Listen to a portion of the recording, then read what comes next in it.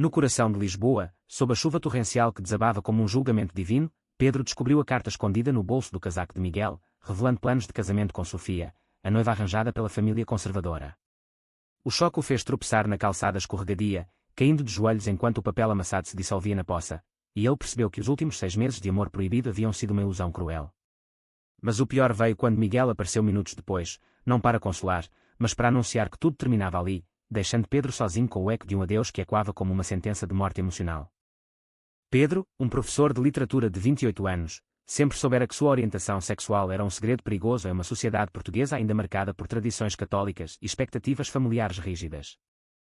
Ele crescera em uma família modesta no bairro de Alfama, onde o pai, um pescador aposentado, pregava valores conservadores com a firmeza de um sermão dominical.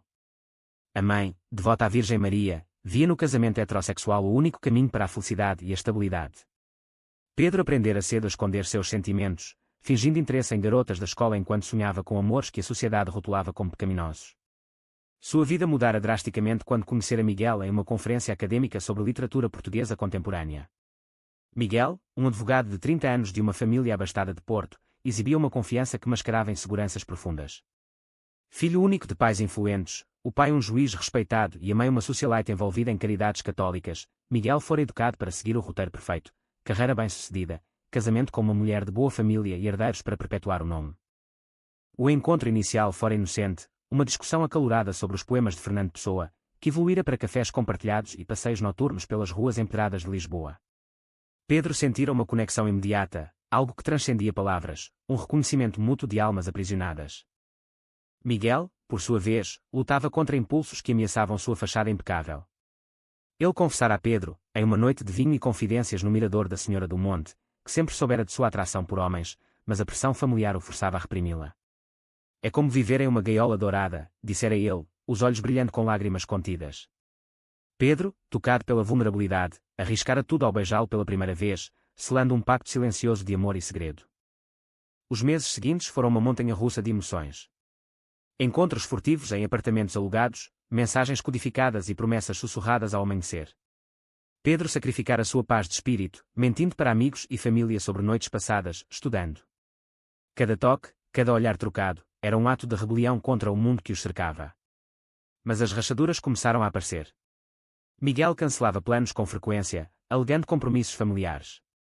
Pedro notava a culpa nos olhos dele após cada encontro, como se o prazer fosse um pecado imperdoável. Em uma discussão acalorada em um café escondido no bairro Alto, Pedro confrontara Miguel: "Você me ama ou sou só uma distração antes do seu casamento perfeito?" Miguel hesitara, as mãos tremendo ao redor da xícara de café. "Eu te amo, Pedro, mas minha família. Eles esperam tanto de mim. Se souberem, perco tudo, herança, reputação, até o amor deles." Aquela resposta fora um golpe, mas Pedro escolhera acreditar que o tempo mudaria as coisas. A descoberta da carta mudara tudo.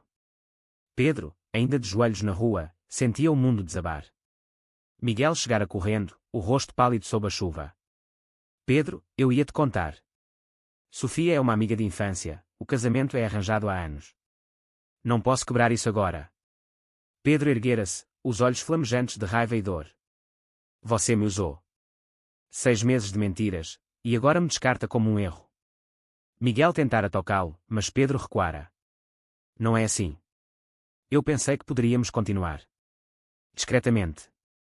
Aquelas palavras foram estupim. Pedro virara as costas, caminhando para longe, o coração em pedaços. Naquela noite, sozinho em seu pequeno apartamento, ele chorara pela primeira vez em anos, questionando se o amor valia tal sofrimento. Mas o pior estava por vir: a família de Miguel, ao descobrir indícios do relacionamento, intensificaria a pressão, forçando decisões que abalariam vidas. Pedro decidira não se calar mais, planejando confrontar sua própria família, um ato que poderia custar-lhe o apoio emocional que tanto precisava. A tensão social em Portugal, onde o casamento gay era legal mas o preconceito persistia em camadas conservadoras, tornava cada escolha um campo minado. Pedro sabia que sua jornada de autodescoberta seria árdua, repleta de perdas e ganhos imprevisíveis. Dias após o rompimento, Pedro recebeu uma ligação inesperada de Sofia, a noiva de Miguel. "Preciso falar com você." Encontrei mensagens no telefone dele. O encontro em um parque discreto no Chiado revelou que Sofia suspeitava da infidelidade, mas não imaginava o gênero. Pedro, dividido entre lealdade e verdade, optou pela honestidade parcial, admitindo uma amizade profunda que Miguel traíra. Sofia, uma mulher de 29 anos com olhos astutos e determinação férrea, filha de uma família influente, não se contentou com meias verdades. Ele me ama. Ou é tudo uma farsa? Pedro hesitara, mas o peso da própria dor o impelira a revelar. Miguel luta contra quem ele realmente é. Nosso relacionamento foi real, mas ele escolheu o caminho fácil. Sofia empalidecera, as mãos cerradas. Então sou só uma cobertura. Aquela conversa plantara sementes de dúvida que floresceriam em confrontos explosivos. Miguel, por sua vez, afogava-se em culpa e confusão. Em seu escritório em Porto, ele revisava contratos com a mente distante, revivendo memórias de Pedro. Seus pais, ao notarem sua distração, pressionavam pelo casamento iminente. Sofia é perfeita para você, filho. Ela trará estabilidade à nossa família, dissera o pai durante um jantar formal. Miguel assentira mecanicamente, mas internamente debatia-se. Ele amava Pedro de uma forma que nunca sentira por mulher alguma, mas o medo de ostracismo social, em uma Portugal onde a igreja ainda influenciava opiniões, o paralisava.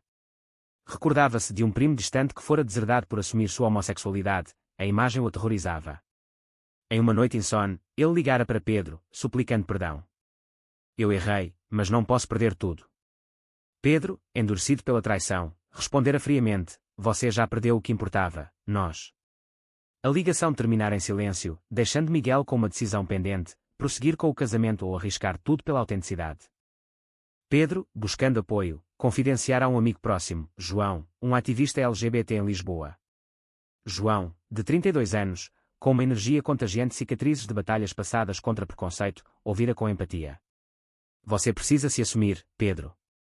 Viver na sombra te destrói. Inspirado, Pedro marcara um jantar familiar para revelar sua orientação. A mesa posta em casa dos pais, com o aroma de bacalhau assado, contrastava com a tensão no ar. Pai, mãe, eu sou gay, dissera ele, a voz tremendo. O pai congelara, o garfo suspenso. Isso é uma piada. Nossa família não tolera isso. A mãe chorara, invocando a Bíblia, Deus não aprova. Pense nos netos que nunca teremos. Pedro defendera-se, argumentando que o amor não escolhe gênero, mas o pai o expulsara da mesa, gritando, saia daqui até refletir. Aquela noite, Pedro vagara pelas ruas, sentindo o peso da rejeição familiar, um preço alto pela honestidade. Enquanto isso, Sofia confrontara Miguel em uma viagem romântica forçada a Sintra. No castelo medieval, sob o sol poente, ela exigira a verdade. Quem é Pedro para você? Miguel, encurralado, confessara tudo, as lágrimas escorrendo. Eu o amo, mas não posso viver isso abertamente. Sofia, traída, atirara o anel de noivado no chão. Você me usou como escudo. Nosso casamento é uma mentira. Ela partira, deixando Miguel sozinho com as ruínas de seus planos. De volta a Porto, Sofia contatara os pais de Miguel, revelando o segredo em um ato de vingança misturada à dor. A reação foi catastrófica, o pai o deserdara verbalmente, a mãe o isolara emocionalmente. Você nos envergonha, dissera ela, os olhos frios. Miguel, destruído, buscara refúgio em Lisboa, batendo à porta de Pedro em uma madrugada chuvosa. Perdi tudo por causa de nós. Pedro, relutante, o deixara entrar, mas a confiança estava abalada. Você só veio porque não tem mais opções. Aquela noite marcou o início de uma reconciliação tênue, repleta de discussões sobre lealdade e futuro. Pedro questionava se valia perdoar, enquanto Miguel lutava para reconstruir sua identidade. A sociedade portuguesa, com suas leis progressistas contrastando com conservadorismo arraigado, estava aos limites de ambos. Amigos de Miguel o abandonavam, rumores se espalhavam no círculo jurídico, e Pedro enfrentava olhares desconfiados na universidade.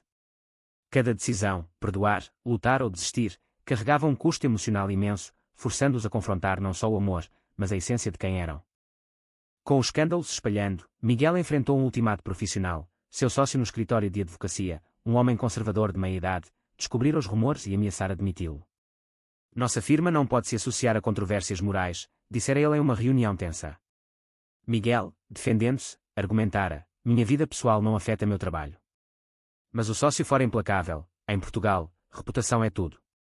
Escolha, negue publicamente ou saia. Miguel optara pela demissão, um sacrifício que o deixara sem renda, dependendo de economias escassas. Essa perda o forçara a morar temporariamente com Pedro em Lisboa, intensificando a tensão entre eles.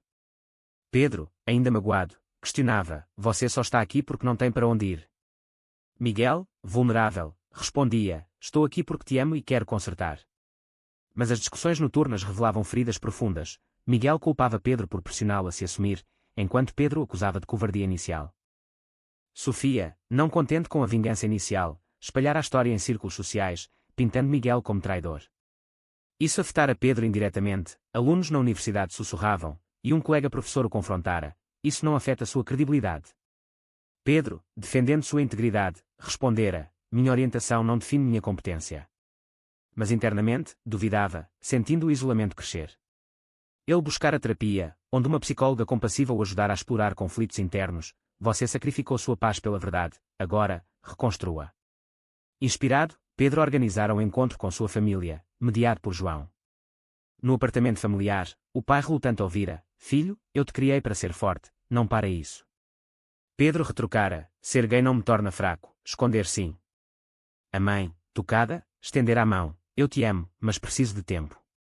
Foi um progresso lento, mas um raio de esperança em meio ao caos. Miguel, adaptando-se à nova realidade, procurara emprego em firmas mais progressistas em Lisboa. Em uma entrevista, confessara abertamente sua orientação: quero trabalhar onde sou aceito como sou. Surpreendentemente, fora contratado, um pequeno triunfo que o motivara a reconquistar Pedro. Ele planejava surpresas, jantares caseiros, passeios pelo Tejo, gestos que reavivavam a chama.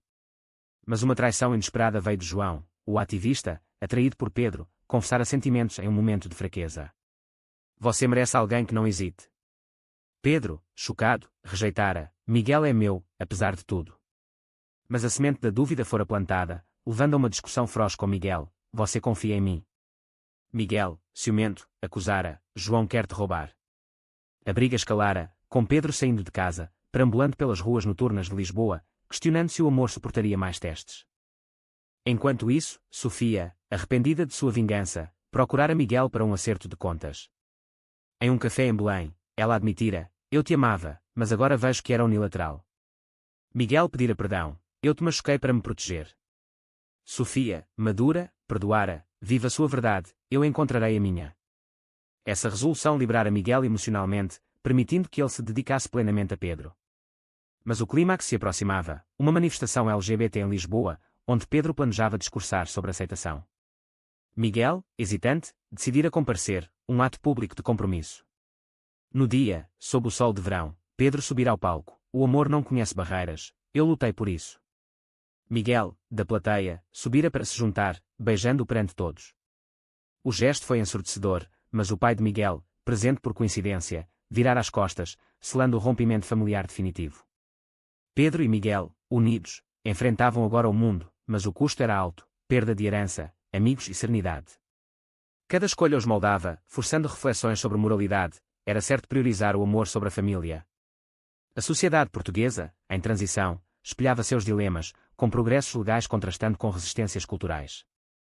Pedro, em particular, debatia-se com a ética de perdoar traições, enquanto Miguel pagava o preço de decisões passadas. Após a manifestação, a vida de Pedro e Miguel entrou em uma fase de reconstrução precária. Miguel, com o novo emprego, contribuía financeiramente, mas o stress o tornava irritadiço. Pedro notava: você mudou desde que perdeu sua família. Miguel admitia: sinto falta deles, mas escolhi você. Essa honestidade fortalecia o laço, mas novos conflitos surgiam. Um ex-namorado de Miguel, Rui, reaparecera, um homem charmoso de 35 anos que conhecera Miguel na faculdade. Rui, abertamente gay e bem-sucedido, oferecera ajuda: posso te introduzir em círculos influentes. Miguel aceitara almoços, despertando ciúmes em Pedro: é só networking ou algo mais? Miguel negava: confia em mim. Mas Rui, manipulador, semeara discórdia, sussurrando a Pedro: Miguel sempre volta para o conforto, ele me deixou por pressão familiar antes. Pedro, inseguro, confrontara Miguel, levando a uma separação temporária: preciso de espaço. Miguel, devastado, mudara-se para um hotel, refletindo sobre suas escolhas. Pedro, sozinho, intensificara seu ativismo, palestrando em universidades sobre direitos LGBT. Em uma sessão em Coimbra, encontrara apoio de estudantes, mas também hostilidade. Um aluno conservador o atacara verbalmente: você promove depravação. Pedro defendera: promove igualdade. Essa experiência o fortalecera, mas o isolara mais. Ele reconectara com a mãe, que visitara: estou tentando entender, filho. O pai, porém, permanecia distante, um vazio que doía. Miguel, enquanto isso, rejeitara avanços de Rui, meu coração é de Pedro. Rui, rejeitado, espalhara boatos online, acusando Miguel de oportunismo. Isso afetara o emprego de Miguel, forçando-o a defender-se em uma reunião. Minha vida privada é irrelevante. O chefe, progressista, o apoiara, mas o dano à reputação persistia. Miguel decidira confrontar Rui, pare de interferir. Rui rira, você sempre foge da verdade. Aquela briga emocional exaurira Miguel, levando-o a buscar terapia própria. A reconciliação veio em uma viagem impulsiva ao Algarve. Pedro, sentindo falta, ligara, vamos conversar. Na praia de Faro, sob o sol dourado, eles expuseram vulnerabilidades. Pedro admitia medos de abandono, Miguel confessava arrependimentos. Eu traí sua confiança no início, perdoe-me. Pedro, tocado, beijara-o, construímos juntos agora. Mas o retorno a Lisboa trouxe novos desafios. A família de Pedro pressionava por normalidade, sugerindo terapia de conversão disfarçada. Pedro recusara veementemente, isso é abuso. O pai, em uma visita surpresa, argumentara, é para te ajudar. Pedro o expulsara, saia até me aceitar. Essa ruptura familiar aprofundava a dor, mas solidificava sua resolve. Miguel, apoiando, propusera morarem juntos permanentemente, um compromisso que testava sua resiliência. Sofia, em uma reviravolta, tornara-se aliada. Ela contatara Pedro, quero ajudar, o que fiz foi errado. Juntos, planejaram uma intervenção com as famílias. Em um encontro neutro em um restaurante em Cascais, Sofia mediou, o amor de Miguel e Pedro é real, respeitem. O pai de Miguel, relutante, ouviu, perdi meu filho por preconceito. A mãe chorara, talvez possamos tentar. Para Pedro, o pai admitira, eu errei, venha para casa. Essas reconciliações parciais foram vitórias amargas, custando orgulho e tempo. Mas uma traição final veio de João, o ativista, ciumento, vazara detalhes privados para a imprensa, expondo o casal. Pedro, furioso, confrontara, porquê? João confessara, queria você para mim. Pedro terminara a amizade, traição não tem perdão. Miguel, solidário, ajudara a gerenciar a exposição midiática, transformando-a em advocacy. A sociedade respondia mista, apoio online contrastava com críticas conservadoras. Cada decisão, perdoar famílias, rejeitar traidores, moldava seu caráter, questionando moralidades, era ético priorizar o self sobre laços sanguíneos. O preço pago era imenso, saúde mental abalada, carreiras instáveis, mas o amor persistia como âncora. Com a poeira assentando, Pedro e Miguel estabeleceram uma rotina em Lisboa, alugando um apartamento no Príncipe Real, bairro progressista. Miguel ascendia no novo emprego, defendendo casos de direitos LGBT, transformando dor em propósito. Pedro publicara um livro sobre suas experiências, Sombras de Amor, que ganhara aclamação, mas atrairá atas online. Você corrompe a juventude? Ler em comentários. Pedro respondia publicamente, educo para empatia. Essa visibilidade os fortalecia, mas expunha a vulnerabilidades, um ataque verbal em uma rua, onde um estranho os insultara. Miguel defendera, nosso amor não te afeta. Pedro, abalado, questionara, vale a pena? Miguel afirmara, sim, por nós. As famílias, em reconciliação gradual, visitavam esporadicamente. O pai de Miguel, em um jantar, admitira, eu estava errado, seja feliz. A mãe de Pedro cozinhava para eles, um gesto de aceitação. Mas Sofia, agora amiga, revelara uma gravidez inesperada de um novo relacionamento, forçando Miguel a confrontar o que poderia ter sido. Poderia ter sido eu o pai, pensara ele, mas escolhia Pedro sem arrependimentos. Uma crise final veio quando o ex-sócio de Miguel processou por danos à reputação. No tribunal em Lisboa, Miguel testemunhara, minha orientação é irrelevante, julgo meu trabalho. Pedro, na plateia, apoiava silenciosamente. A vitória no caso solidificou sua união, mas custou honorários e estresse. Em uma viagem a Porto, eles visitaram a família de Miguel, selando paz. O pai, emocionado, devolveu a herança, você merece. Pedro, integrando-se, sentia pertencimento. Mas reflexões internas persistiam. Pedro debatia se perdoar traições era fraqueza, Miguel questionava se sua covardia inicial valera o sofrimento. A sociedade portuguesa evoluía, com paradas do orgulho crescendo, mas preconceitos remanescentes lembravam a luta contínua. Eles fundaram um grupo de apoio para jovens LGBT, pagando adiante. No aniversário de um ano juntos abertamente, em um mirador com vista para o Tejo, Miguel propôs, case comigo. Pedro aceitara, lágrimas de alegria. O casamento, simples e autêntico, simbolizava triunfo sobre adversidades. Famílias presentes, amigos verdadeiros, um final que custara tudo, mas valera. No entanto, sombras de dúvidas permaneciam. Era certo Miguel ter abandonado Sofia no altar metafórico. Pedro sacrificara laços familiares por amor, Miguel perder a herança inicial. Cada personagem pagara um preço. Sofia encontrou força na independência, João enfrentou isolamento por traição, famílias aprenderam tolerância. A narrativa culminava em despertar coletivo, questionando normas sociais. Mas, no fim, o amor prevalecia, tenso e real. Foi certo priorizar o amor próprio sobre expectativas sociais, ou isso é egoísmo disfarçado?